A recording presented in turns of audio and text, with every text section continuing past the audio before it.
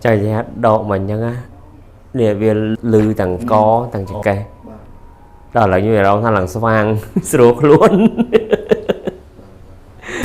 អរគុណគឹមសានបានធ្វើចលនានិងសម្រួលសរសៃជូនខ្ញុំដើរយ៉ាងសង្ហាអញ្ចឹងបងប្អូនអរគ្នាជាប់ចកេះពេលងើបគឺត្រូវឈប់បន្តិចសិនទើបអាចងើបរួចពេលជាប់ចកេះម្ដងគឺពិបាកណាស់ជំងឺជាប់ចកេះហ្នឹងតែងតែកើតមានឡើងលើខ្ញុំតែម្ដងបន្ទាប់ពីពិភាក្សាជាមួយគ្រូជំនាញគាត់បានសម្រួលសរសៃជូនដល់ខ្ញុំជឿជាក់ថាបងប្អូនអរគ្នាក៏ស្គាល់គាត់ដែរគឺលំបីមែនតើ clinic គឹមសានហ្នឹងសម្រួលតែមួយផ្លែដែលលទ្ធផលពិតជាធ្វើឲ្យខ្ញុំញាក់ឲ្យមែនតើ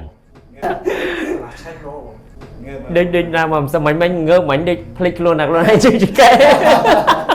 mà nó thì cứ dùng ngơ bạn phải liêm taបន្ទាប់ពីសម្រួលចង្កេះហើយត្រូវប្រើហ្គែននេះមួយរយៈទៀតបើរឹតហ្គែននេះហើយស្រួលទាំងចង្កេះស្រកទាំងខ្លាញ់ក្បាលពោះទៀតកាន់តែល្អតួយ៉ាងណាចាំមើលលទ្ធផលមួយរយៈទៀត